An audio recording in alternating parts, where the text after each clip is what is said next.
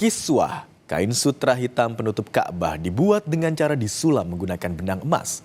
Proses produksinya cukup rumit, bahkan memakan biaya ratusan miliar rupiah. Seperti apa proses pengerjaan kiswah tersebut? Berikut laporan jurnalis Kompas TV, Sofyan Hartanto, yang tergabung dalam Media Center Haji 2026 dari Mekah, Arab Saudi. Saya memiliki kesempatan langka mendapat izin untuk meliput pabrik pembuatan kiswah secara langsung. Bagaimana proses pembuatan kiswah ini kita ikuti. Yuk. Sebelum diajak ke pabrik kiswah, kita diberi arahan dan diberi penjelasan tentang proses pembuatan kiswah dari tahun ke tahun oleh Kerajaan Arab Saudi. Mereka menerangkan bahwa kiswah ini diganti setiap tahun dengan bahan-bahan yang berkualitas dan tahan terhadap panas dan hujan.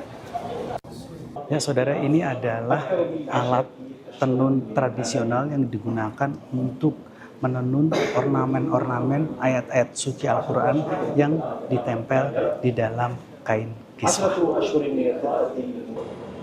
Nah, saat ini saya berada di tempat untuk pemintalan benang yang digunakan untuk kain kiswah.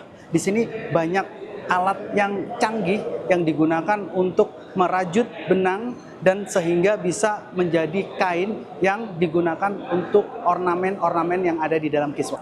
Ya, itu tadi gambaran singkat tentang proses pembuatan kiswah yang digunakan untuk menyelimuti Ka'bah. Memang pemerintah Arab Saudi setiap tahun mengganti kiswah dengan biaya yang tidak sedikit. Ini semata demi mempercantik Ka'bah supaya terus kelihatan menarik.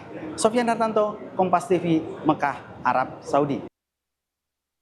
لبيك لا شريك لك لبيك إن الحمد والنعمة لك والملك لا شريك لك. Ekowisata jadi salah satu pilihan untuk menghabiskan akhir pekan bersama keluarga. Selain menikmati sejuknya pepohonan, Tebet Eco Park juga menyediakan area bermain anak dan dibuka secara gratis. Informasinya selengkapnya untuk Anda usai jeda.